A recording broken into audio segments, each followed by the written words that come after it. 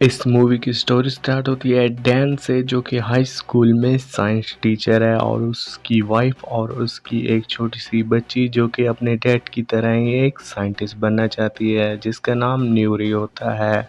और इनकी लाइफ बहुत ही अच्छे तरीके से चल रही होती है, लेकिन एक रात जब ये लोग टीवी पर फुटबॉल मैच देख रहे होते हैं तो वो फुटबॉल के बीचों बीच एक बहुत ही तेज रोशनी आती है और एक बहुत बड़ा हॉल बन जाता है, जिससे कि कुछ ऑफिसर्स बाहर निकल कर आते हैं। और उनमें से जो उस फौज की लीडर होती है वो कहती है कि हम आपका फ्यूचर है और हम 30 साल आगे से वापसी आए हैं, जिससे कि आपकी दुनिया 30 साल बाद पूरी तरीके से ख़त्म होने वाली है, तो उसे बचाने के लिए आप लोगों की मदद की ज़रूरत है। उसके बाद उनके साथ इस शहर की बहुत सारी आर्मी को भेजा जाता है, जिनमें से सिर्फ और सिर्फ 30% ही वापस बच कर आते हैं। लेकिन वो लोग ये नहीं बताते कि आखिरकार फ्यूचर में ऐसा क्या है जो कि इस दुनिया को मिटा देगा।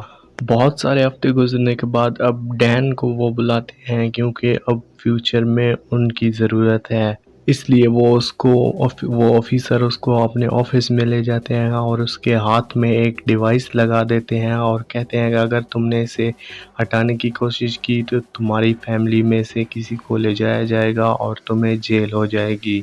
तो वो अपनी वाइफ को जाके बताता है, लेकिन उसकी वाइफ उससे कहती है कि तुम अपने डैड के पास जाओ और इस डिवाइस का हल ढूंढो, क्योंकि वो ही हैं जो कि इस डिवाइस को तुम्हारे हाथ से निकाल सकते हैं। लेकिन डैन का अपने डैड से ज़्यादा बनती नहीं है, लेकिन फिर भी वो जाता है क्योंकि उसकी वाइफ ने उससे कहा था। लेकिन वहाँ जाने का उसे कोई भी फ़ायदा नहीं होता है, क्योंकि उसकी डैड से वहीं पर लड़ाई हो जाती है। इसलिए वो फिर से वापस घर आ जाता है और अपनी बेटी से भी मिलता है और वाइफ से भी मिलता है। फिर वो फोर्स की तरफ चला जाता है, जहाँ पर वो टाइम लूप है, जिसके बाद वो फ्यूचर में जाएंगे। वहाँ पर उन्हें बहुत सारी बंदूकें दी जाती हैं, क्योंकि फ्यूचर में उन्हें उन चीज़ों से लड़ना है जो कि दुनिया को तबाह कर रही हैं। उन्हें एक हफ्ता ट्रेनिंग करके फिर जाना होता है, लेकिन कुछ गड़बड़ी की वजह से उन्हें उसी वक्त जाना पड़ता है, जिससे कि वो सभी एक साथ लाइन में लग जाते हैं और ऊपर से उस टाइम मशीन का जो लूप है वो खुल जाता है, जिससे कि वो आधे लोग ऊपर की तरफ जा ही रहे होते हैं तो मशीन में कुछ खराबी आ जाती है, जिसकी वजह से वो उन्हें ज़मीन पर 10 फीट ऊंचाई से गिरना था, लेकिन वो बहुत ही ज़्यादा ऊंचाई से गिरते हैं, जिससे कि बहुत सारे लोग जो हैं वो मारे जाते हैं। वहाँ पर आधे से ज़्यादा शहर तो तबाह हो चुका रहता है, और जो अभी वहाँ पर टाइम लूप से पहुँचे हैं उनमें से ज़्यादातर तो मारे जाते हैं, क्योंकि उन्हें एक मॉन्स्टर मारा होता है जिनका नाम वाइट स्पाइस होता है। और एक रेस्क्यू मिशन जो कि वहीं पर एक टीम होती है, लैब में काम कर रही होती है, उन्हें ऑर्डर देती है कि उस शहर में एक लैब है जिसे जहाँ पर तुम्हें जाना है और वहाँ से कुछ चीज़ें लेकर आनी है। और उसी शहर पर थोड़ी देर में बमबारी भी होने वाली है और वो उस शहर को पूरी तरीके से उड़ाने वाले हैं। तो ये लोग छुप छुप कर उस लैब में पहुंच जाते हैं और वहां पर से कुछ चीज़ें उठा लेते हैं, लेकिन वापसी आते वक्त उन्हें उस बिल्डिंग के पिछली साइड से आना होता है, जिससे कि वहां पर मॉन्स्टर नहीं होते। लेकिन वो सीढ़ियों से जैसे ही नीचे उतर रहे होते हैं तो वहां पर उन पर वो मॉन्स्टर हमला कर देते हैं, जिनमें से बहुत सारे लोग मारे भी जाते हैं, लेकिन डैन और उसके कुछ साथी ऑफिसर बच जाते हैं। और सामने से एक हेलीकॉप्टर आ जाता है और ऊपर से बमबारी भी शुरू हो जाती है शहर को तबाह करने के लिए, लेकिन डैन और उसके साथ कुछ ऑफिसर बच जाते हैं और वो उन्हें सेफली उस लैब कैंप पर ले जाते हैं। और उस आइलैंड पर जो कैंप होता है उसकी जो कैप्टन होती है वो एक लेडी होती है जिसका नाम न्यूरी होता है, जो कि डैन की ही बेटी होती है। और वो अब एक साइंटिस्ट बन चुकी होती है, जैसा कि उसका सपना होता है। लेकिन उसके डैड उससे मिलकर ज्यादा खुश नहीं होते, क्योंकि वो अपने डैड को बताती है कि जब मैं 9 साल की थी तो आपने मुझे छोड़ दिया था। लेकिन डैन कहता है कि मैं ऐसा नहीं कर सकता। तो वहीं पर उनको एक और मिशन दिया जाता है कि एक मॉन्स्टर को पकड़ कर लाना है, ताकि उसका जो डीएनए है हम उससे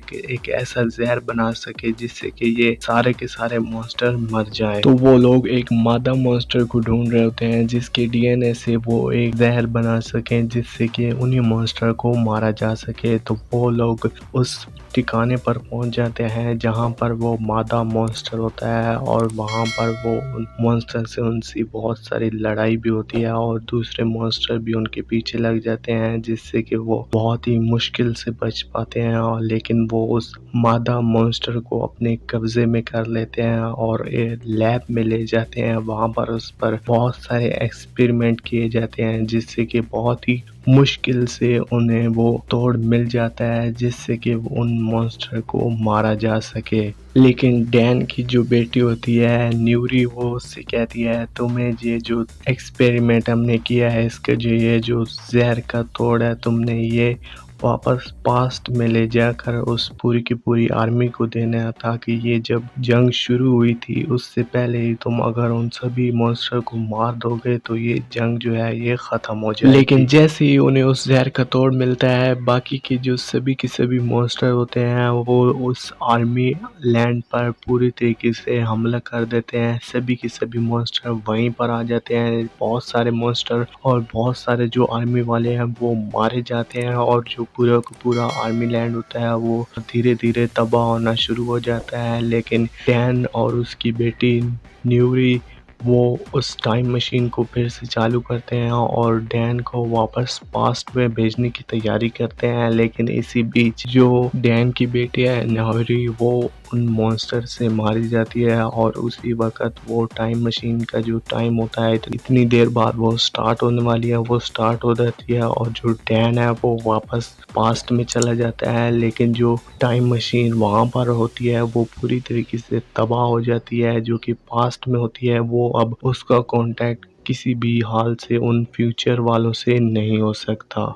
डैन जैसे ही वापस पास्ट में आता है तो वो बेहोश हो जाता है। कुछ घंटों बाद उसे होश आता है तो वो उसके हाथ में जो एंटीडोट होता है उस जहर का तोड़ होता है जिससे कि वो उन मॉन्स्टर को मार सके। वो उस आर्मी वालों को दे देता है ताकि वो इस जहर को और भी तोड़ पाए। लेकिन अब उस चीज़ का कुछ भी फायदा नहीं होता क्योंकि फ्यूचर वालों से उनका जो कांटेक्ट है वो टूट गया है और वो अब दोबारा नहीं बन सकता। लेकिन वहाँ पर जो साइंटिस्ट होते हैं वो जांच कर रहे होते हैं क्योंकि जो उन्हें वहाँ पर की जो मिट्टी मिली थी जो कि उन मॉन्स्टर के पंजों में से निकाली गई थी उन्हें पता चलता है कि वो एक राख है जो कि ज्वालामुखी के अंदर होती है। तो डैन और उसके साथ कुछ ऑफिसर्स मिलकर उस पहाड़ी इलाके में जाते हैं जहाँ पर बहुत सारी बर्फ जमा है जो कि इन फ्यूचर और वो सारी बर्फ जब खुल जाएगी तो वो मॉन्स्टर बाहर आ जाएंगे। लेकिन उन्हें मॉन्स्टर से बाहर आने से पहले रोकना है। तो वहाँ पर उन्हें एक बहुत ही बड़ी गुफा दिखाई देती है जहाँ जिसके अंदर वो चले जाते हैं और वहाँ उन्हें एक शिप मिलती है जिसके अंदर उन मॉन्स्टर के अंडे होते हैं। लेकिन वो समझ जाते हैं कि ये बहुत सालों पहले यहाँ पर आए थे लेकिन अब जैसे ये ऊपर से बर्फ पिघल जाएगी तो ये मॉन्स्टर जो है ये बाहर आ जाएंगे। तो वो जो जहर का तोड़ उन्होंने लगाया था वो अंडों के अंदर डालना शुरू कर देते हैं जिससे कि वो मॉन्स्टर पैदा होने से पहले ही मर जाए। लेकिन कुछ मॉन्स्टर उन अंडों से बाहर आ जाते हैं और उन पर हमला कर देते हैं। लेकिन डैन और उसके साथ एक दो ऑफिसर बाहर आ जाते हैं। लेकिन उस जो ऑफिसर अंदर होता है वो उस पूरी के पूरे शिप को बमबारी से उड़ा देता है। लेकिन उस शिप में से अभी भी वो एक मादा बच जाता है जिसने डैन की बेटी न्यूरी को मारा था फ्यूचर में।